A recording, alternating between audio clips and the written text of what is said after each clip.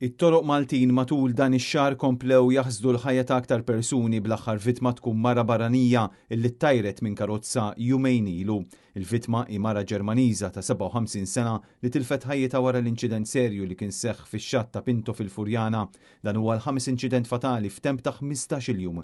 L-inċident li fih mietet din il-barranija kien seħħ l-ħabta ta' sija u kwarta wara nofsinhar nhar il-ħamis li għadda meta l-mara ntlaqtet minn karozza misjuqa minn raġel ta' 52 sena residenti ħażabbar. Fil-post kien wasal tim mediku u l-vittma ttieħdet b'urġenza lejn l-isptar Mater Dei permezz ta' ambulanza. Madankollu minkejja l-kura li ngħatat f'dawn il-jiem imietet kaġun tal-ġrieħi gravi li sofriet. Il-Maġistrat tal-Assa Antwana Ġus Bonnici qed imexxi inkjesta sabiex inġabru l-fatti kollha relatati mal-każ, dan filwaqt li l-Pulizija qed tkompli bl-investigazzjonijiet tagħha. Dan ix-xahar kien wieħed negattiv ferm f'dak li għandu x'jaqsam ma' inċidenti hekk kif ftit tal-jiem ilu raġel miet f'inċident ta' traffiku f'Ħażebbuġ u qabel dan il-każ kellna żewġ imwiet oħra matul il-festa tas-7 Ġunju.